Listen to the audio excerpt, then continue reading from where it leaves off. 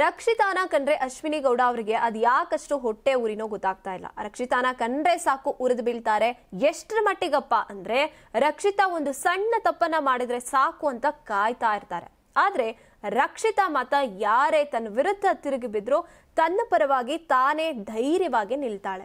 ಇದೀಗ big boss ನಲ್ಲಿ ಅಶ್ವಿನಿ ಗೌಡ ಹಾಗೇನೆ ರಕ್ಷಿತಾ ಶೆಟ್ಟಿ ನಡುವಿನ ವಾಗ್ವಾದ ಓಪನ್ ಚಾಲೆಂಜ್ ಆಗಿ ಬದಲಾಗಿದೆ. ಮಸಿ ಬಳಿಯೋ ಟಾಸ್ಕ್ ನಲ್ಲಿ ರಕ್ಷಿತಾ ಶೆಟ್ಟಿ ನಿಮ್ಮನ್ನ ಬಿಗ್ ಬಾಸ್ ಮನೆಯಿಂದ ಹೊರಗಡೆ ಕಳ್ಸಿದ ಮೇಲೇನೆ ನಾನು ಹೊರಗಡೆ ಹೋಗೋದು ಅಂತ ಅಶ್ವಿನಿ ಗೌಡಗೆ ನೇರ ಸವಾಲನ್ನ ಹಾಕಿದ್ದಾಳೆ. ನಿಜವಾಗ್ಲೂ ರಕ್ಷಿತಾ ಧೈರ್ಯನ ಮೆಚ್ಚಲೇಬೇಕು. ಅಲ್ಲಿರೋರಲ್ಲಿ ಎಲ್ಲರಿಗಿಂತ ಚಿಕ್ಕ ವಯಸ್ಸಿನವರಾಗಿದ್ರೂ ಕೂಡ ಅದರಲ್ಲೂ ಕೂಡ ಗಿಲ್ಲಿ ಮತ್ತೆ ಕಾವ್ಯನ ಹೊರತುಪಡಿಸಿ ಆ ಯಮ್ಮನ ಸಹವಾಸ ನಂಗೆ ಯಾಕಪ್ಪ ಅಂತ ಅಶ್ವಿನಿ ಗೌಡನ ಎದುರು ಹಾಕೊಳ್ಳೋಕೆ ಹಿಂದೆ ಮುಂದೆ ನೋಡ್ತಾರೆ. ಆದ್ರೆ ಅವರು ದೊಡ್ಡವರಾಗಿದ್ರೆ ಅವರಿಗೆ ವ್ಯಕ್ತಿತ್ವದಲ್ಲಿ ದೊಡ್ಡವರಾಗಿರ್ಬೇಕು ಅಂತ ಯಾವುದೇ ಮುಲಾಜಿಲ್ಲದೆ ಎದುರಾಕೋತಾಳಲ್ಲ, ಅಲ್ಲೇ ಆಕೆ ಕೆಲವರ ಮನಸ್ಸನ್ನ ಗೆಲ್ಲೋದು. ಮಸಿ ಬಳಿಯೋ ಟಾಸ್ಕ್ ನಲ್ಲಿ ಇಬ್ರು ಕೂಡ ಪರಸ್ಪರ ಮುಖಕ್ಕೆ ಮಸಿ ಬಳಿದು ತಮ್ಮ ಅಸಮಾಧಾನಗಳನ್ನ ವ್ಯಕ್ತಪಡಿಸಿದ್ದಾರೆ. ಈ ಸಂದರ್ಭದಲ್ಲಿ ಅಶ್ವಿನಿ ಗೌಡ ರಕ್ಷಿತಾ ಶೆಟ್ಟಿ ಮುಖಕ್ಕೆ ಮಸಿ ಬಳಿದು ತೀವ್ರವಾದ ಆರೋಪಗಳನ್ನ ಮಾಡಿದ್ದಾರೆ. ನಾನ್ ಅಂದ್ಕೊಂಡಷ್ಟು ಇನ್ನೋಸೆಂಟ್ ಅಲ್ಲ ನೀನು ಅಂತ ರಕ್ಷಿತಾ ಶೆಟ್ಟಿಗೆ ಅಶ್ವಿನಿ ಗೌಡ ಒತ್ತಿ ಹೇಳಿದ್ರು. ನಾವೇನು ಕಷ್ಟ ನೋಡದೆ ಇಲ್ಲಿಗೆ ಬಂದಿಲ್ಲ, ನಾನು 100 ಸಿನಿಮಾ ಮಾಡಿದೀನಿ, ನೀನು ಒಂದೇ ಒಂದು ಯೂಟ್ಯೂಬ್ ಚಾನೆಲ್ ಮಾಡಿದ್ಯಾ ಅಂದ್ರೆ ನಮ್ಮ 15 ವರ್ಷದ ಪ್ರಯಾಣ ಇದೆ. ಇದರಲ್ಲಿ ಪ್ರತಿಯೊಂದು ಸಂದರ್ಭದಲ್ಲೂ ಪ್ರತಿಯೊಂದು ಪಾಠವನ್ನ ಕಲಿತ್ಕೊಂಡೇ ನಾವು ಬಿಗ್ ಬಾಸ್ ಮನೆಗೆ ಬಂದಿರೋದು.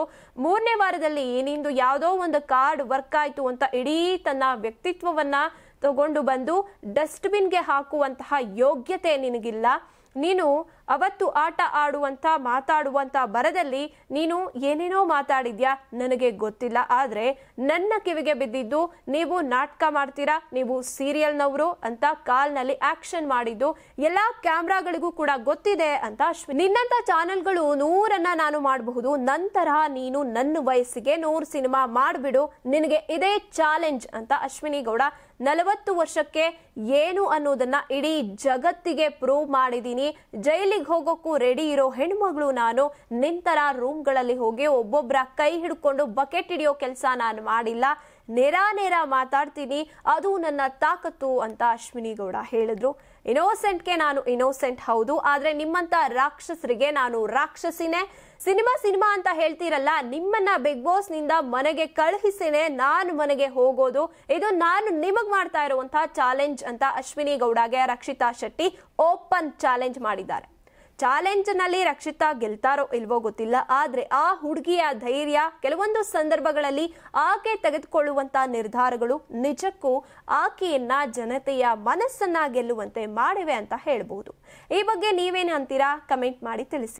ನೀವು ಸಣ್ಣ ಆಗ್ಬೇಕಲ್ವಾ, ಅದು ಒಂದು ಉತ್ತಮ ಆಹಾರದಿಂದ ಸಣ್ಣ ಆಗ್ಬೇಕಲ್ವಾ? ಪ್ರತಿದಿನ ನಮ್ಮ ಜೀನಿ ಸ್ಲಿಮ್ ನ ಯೂಸ್ ಮಾಡಿ ಯಾವುದೇ ಸೈಡ್ ಎಫೆಕ್ಟ್ ಇಲ್ದಂಗೆ ನೀವು ಸಣ್ಣ ಆಗ್ತೀರಾ. ನಿಮಗೆ ಮಾಧ್ಯಮದಲ್ಲಿ ಕೆಲಸ ಮಾಡುವ ಆಸಕ್ತಿ ಇದೆಯಾ? ಹಾಗಾದ್ರೆ ಕರ್ನಾಟಕ ಟಿವಿ ಡಿಜಿಟಲ್ ಮೀಡಿಯಾದಲ್ಲಿದೆ ನಿಮಗೆ ಒಳ್ಳೆಯ ಅವಕಾಶ. ಆಯ್ಕೆಯಾದವರಿಗೆ ಉಚಿತ ತರಬೇತಿ ಕೊಡ್ತೀವಿ. ತರಬೇತಿ ನಂತರ ಕೆಲಸ ಮಾಡುವ ಅವಕಾಶನೂ ಕೊಡ್ತೀವಿ. ಈ ಕೂಡಲೇ ನಿಮ್ಮ ಮಾಹಿತಿಯನ್ನ ಮೇಲ್ ಮಾಡಿ.